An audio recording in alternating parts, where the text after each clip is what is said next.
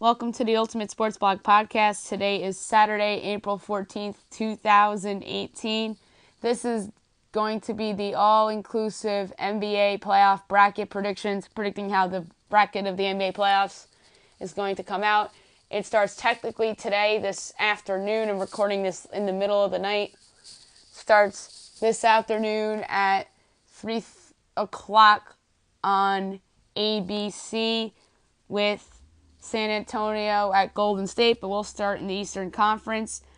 Toronto against Washington, 1 versus 8. These two teams met in the 2015 playoffs, and the Wiz swept the Raps, and these two teams are entirely different and better now. Kyle Lowry and DeMar DeRozan have been one of the best backcourts in the league this season, as well as the Wiz backcourt of John Wall and Bradley Beal. The Raps have the better frontcourt with Serge Ibaka and Jonas Valanciunas over the Wizards' Markieff Morris and Marcin Gortat. Kelly Oubre and Otto Porter have to be very good if the Wiz want to win this series, and the Wiz just lost Jody Meeks for the playoffs due to a 25-game suspension due to violating league's anti-drug program. OG Anunoby has been a nice player for the Raptors this season and should start for them, and Fred VanVleet has been a nice bench piece for the Raps. This should be a fun and competitive series, and I like the Raps to advance, and the Raps have the coaching advantage as well. The pick, Raptors in 6. 2-seeded Boston Celtics against the 7-seeded Milwaukee Bucks. Too bad Kyrie Irving and Gordon Hayward are out with injuries, or else the Celtics would have a legit shot to make the finals. They do still have talent that is healthy with a Terry Rozier and Jaylen Brown in the backcourt, and Al Horford and Aaron Baines in the frontcourt. The best player in this series will be Giannis Antetokounmpo, who may be a top 10 MVP candidate this season, and he and John Henson are a solid frontcourt, and Eric Bledsoe is good at the point. Tony Snell and Chris Middleton are decent on the wing and can shoot the 3-ball, and Malcolm Brogdon, Thonmaker, and Jabari Parker can impact the series off the bench. The Celtics absolutely need to have Brown and Jason Tatum to be great if they are to advance, and they need Marcus Smart to come back from injury. That said, due to the Celtics injuries, I like Antetokounmpo to lead the Bucks to a first-round upset, although I don't feel great about it. The pick, Bucks in 6 games. 3-seeded 76ers against the 6-seeded Miami Heat. This is certainly the best series in the East side of the first round. The Sixers story has been amazing this season, going from to the league laughingstock to the league's darling team. Ben Simmons is just an incredible player, as he is the runaway favorite for Rookie of the Year. Joel Embiid should be back for this series, although he is missing Game 1, and he and Dario Saric are a very good frontcourt. Robert Covington and J.J. Redick are great on the wing as well. Philly's X Factor in this series is Markelle Fultz, who's been really good for them since he's come back from injury 3 weeks ago. Amir Johnson, Marco Bellinelli, and Ersan Ilyasova have been solid bench players for the Sixers the last few weeks as well. The Heat are back in the playoffs after a 1-year absence. Hassan Whiteside appears to be healthy, and he'll be protecting the rim and getting rebounds in this series. Goran Dragic is solid at the point and has played well in big games in the past. Josh Richardson and Tyler Johnson are solid on the wing. The Heat have a bunch of wild card players such as James Johnson and Justice Winslow, and Dwayne Wade is back after being traded from Cleveland back to Miami. Kelly Olynyk is an improved player on the Heat as well. This has 7 written all over it, and give me the upstart Sixers as Embiid comes back and is the stud that he is. The pick, Sixers in 7 games. 4-seeded Cleveland Cavaliers against 5-seeded Indiana Pacers. The Cavs have had a tumultuous season, from injuries to trades to their coach having health issues, but LeBron James should absolutely be the MVP this season. The Kevin Love has looked good since coming back from injury. George Hill can up his game at the point come this time of the year. Rodney Hood, Jordan Clarkson, and J.R. Smith have to be hitting shots for them if the Cavs want to make the finals. Tristan Thompson hasn't been good this season, partially due to health, but he's capable of putting up a double-double. The Pacers have been the league's biggest surprise this season, led by Victor Oladipo, who's the league's most improved player, and he's been great on both ends of the floor. Miles Turner and Thad Young is a solid frontcourt, and Darren Collison isn't bad at the point. Lance Stevenson is their wild card due to what he's capable of doing on the court if he's focused. Domantas Sabonis is a solid player for them off the bench, as he led the team in rebounding. The Cavs, sans their awful defense, are the better team, led by LeBron, and they'll win a short and competitive series. The pick, Cavs in 5 games. Western Conference. 1-seeded Houston Rockets against 8-seeded Minnesota Timberwolves. The Rockets have been the league's best team this season, led by the dynamic backcourt of MVP favorite James Harden and Chris Paul, and the pressure is clearly on them and Mike D'Antoni. Clint Capella has emerged as a good center in this league, and guys like Eric Gordon, Ryan Anderson, Trevor Ariza, and PJ Tucker have been solid for them this season as well. They did lose Luca Bonamute for a fractured shoulder, and he might be out for the rest of the playoffs. The Timberwolves are finally in the playoffs, and it took them until the final day of the regular season to clinch a spot. Jimmy Butler has proven to be one of the better offseason acquisitions, as he was an MVP candidate before he got hurt. Karl-Anthony Towns took his game to another level after Butler got hurt. Andrew Wiggins has not been great, but has hit big shots for them. Jeff Teague is solid at the point, and Taj Gibson has been a great vet for them this season, too. The bench has solid guys in Jamal Crawford, Tyus Jones, and Nemanja Bjelica. That said, the Rockets are the better team, and the loss of Bahamute won't hurt them as much in this round. The pick, Rockets in 5 games. 2-seeded Golden State Warriors against the 7-seeded San Antonio Spurs. This would have been a much more compelling series if both Kawhi Leonard and Steph Curry were healthy and playing, especially Leonard. The Warriors won't have Curry for this round, but they still have Klay Thompson and Kevin Durant that are capable of big scoring games, and they have Draymond Green protecting the rim. Jordan Bell has been a fine player for them this season and should be starting over Zaza Pachulia. They would move Draymond Green to center and start Bell at power forward. Bell, Andre Iguodala, David West, and Nick Young are capable of having an impact off the bench, and the loss of Patrick McCaw will hurt them. The Spurs will certainly miss Leonard in this series, as they'll rely heavily on LaMarcus Aldridge in this series to provide scoring. DeJounte Murray has been solid running the point this season, and Patty Mills is now starting at the other guard spot for them, as Danny Green comes off the bench now. Pau Gasol still gets his buckets and boards, but his game has declined the last few years. Guys like Green, Kyle Anderson, and Rudy Gay have to step up for the Spurs if they want to upset the Curry-less Warriors.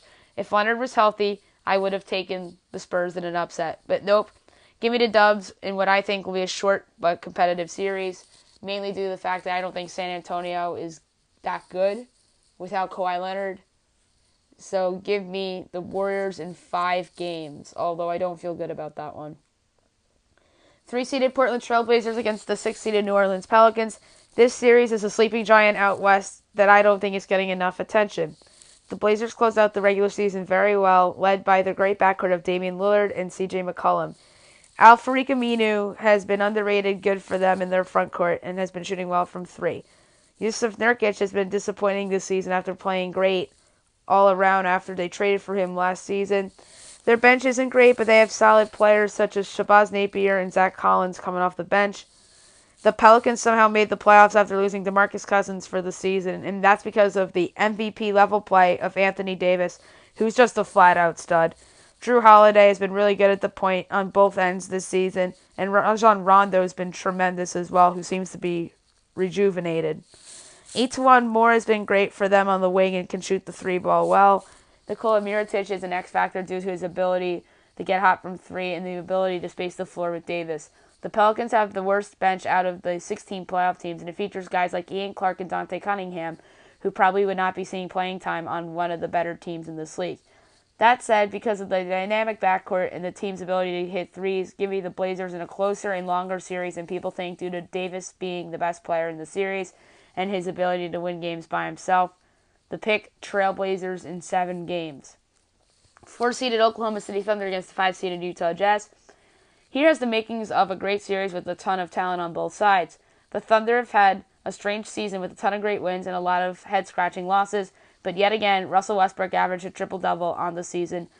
Paul George has been a little erratic for them of late, but has had some big games and big spots this season and is a great two-way player.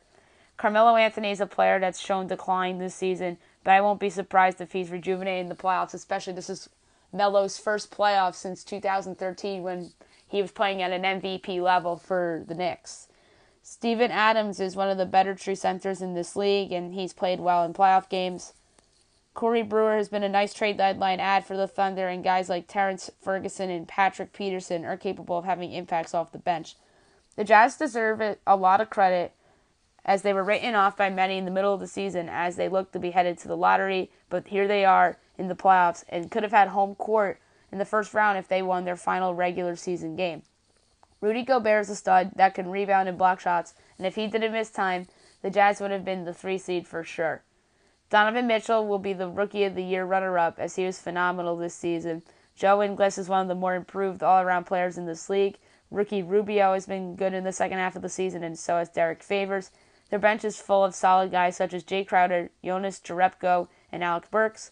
An X factor for the Jazz could be Dante Exum, who's had some moments recently. That said, this screams 7 games, and with a great home court advantage, give me the Thunder, as Westbrook will probably average a triple-double. The prediction, Thunder in 7 games. Second round, in the East, you would have the 3-seeded Philadelphia Sixers against the 7-seeded Milwaukee Bucks. This would be a fun series with a lot of great talent with Giannis Antetokounmpo from Milwaukee and hopefully a healthy Embiid and Ben Simmons on the other side. Like I said, a lot of fun talent in this game. Philly's just a better team with a better coach. Giannis Antetokounmpo probably the best player in this series, but Philly's the better team. A lot of big game players. JJ Redick's been in big games. Joel Embiid stepped up in big games this season. So has Ben Simmons. Robert Covington's an improved player. They have a solid bench. So give me the Sixers in 6 games over the Milwaukee Bucks. And in the other series, you have 1-seeded Toronto Raptors against 4-seeded Cleveland Cavaliers.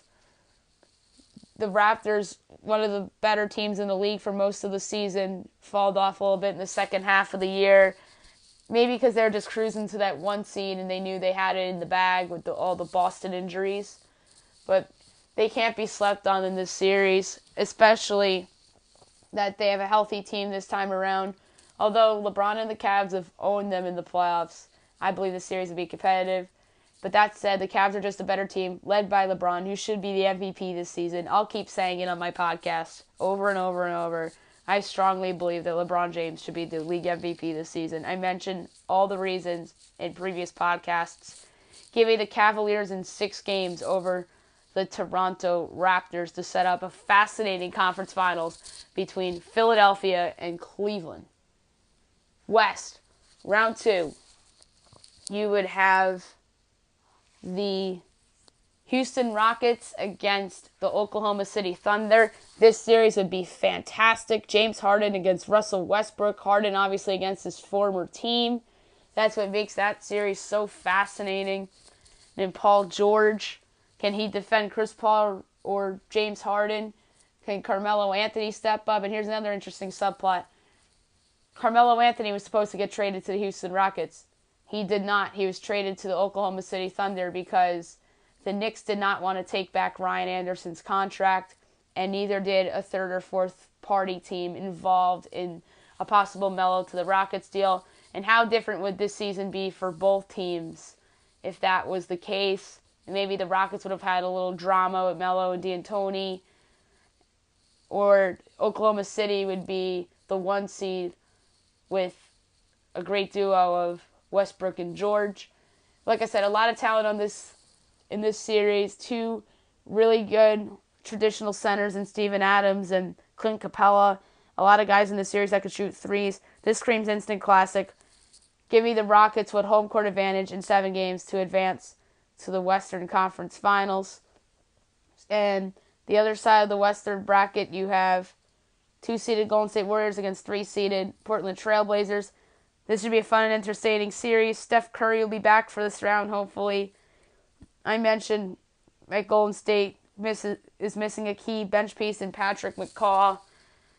Draymond Green usually ups his game come playoff time. Klay Thompson's capable of putting up a lot of 3-pointers in a playoff game. Durant puts up big numbers in playoff games. And on the flip side, Lillard's not afraid of the moment. McCollum's had some solid playoff games in the past. In a more competitive series than people would expect with Curry back, give me the Warriors in 6 games to advance to the Western Conference Finals. Eastern Conference Finals, which I think it would be the best Eastern Conference Finals since 2013, especially on paper.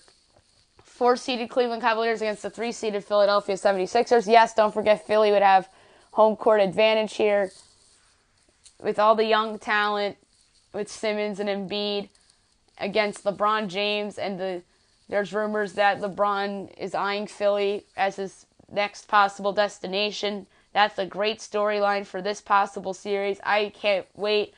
I really, really hope this is the conference finals. These are the 2 best teams in the conference right now, with Toronto kind of limping into the playoffs and Boston not being 100%. I really, really think this is an intriguing matchup. Give me the Cavaliers in 7 games to advance to the finals, thanks to an incredible Game 7 LeBron James on the road performance in what should be a close game, as the Sixers will learn from a very valuable experience there. And on the flip side in the West, 2-seeded Golden State against 1-seeded Rockets. Another great conference finals. Obviously a rematch from 2015. The Rockets are a way better team now than they were in 2015. And on the flip side, to be honest, the Warriors are arguably worse than they were in 2015. But the argument is that they're better because of Kevin Durant. But that would be a very interesting series. With Curry back healthy, Durant and James Harden and Chris Paul finally breaking through to the conference finals. Well, Paul, because he's never been there. Harden at least has been to a conference finals with Oklahoma City. Never has been with Houston. But with healthy Curry back, give me the Warriors in 6 games to advance to their 4th straight NBA Finals. And in the finals, you have 2-seeded Golden State against 4-seeded Cleveland. Yup, just what everybody thought back in October. 2 teams that, let's face it, especially with Cleveland, look entirely different from when the season started. Golden State pretty much has the same team, but with a couple improved guys such as Jordan Bell and a couple declining guys, let's be honest, with guys like Andre Iguodala and David West and Sean Livingston. And don't forget about Quinn Cook, who's been a nice backup point guard for Stephen Curry, and he'll be heard from in these playoffs as well. I think he should be their guard coming off the bench when Curry's on the bench. And I think this would be a great series. A very hard call. But give me the Warriors to repeat as NBA champions in a classic 7-game series. And a case will be made for LeBron James to win the Finals MVP in a losing effort. But let's give the Finals MVP to Kevin Durant for the 2nd year in a row. So Warriors in 7 to repeat as NBA champions over to Cleveland Cavaliers. I wonder how I'll do. I won't be surprised if I'm wrong. And I won't be surprised if I'm right. So, I hope you guys have a great night, everybody.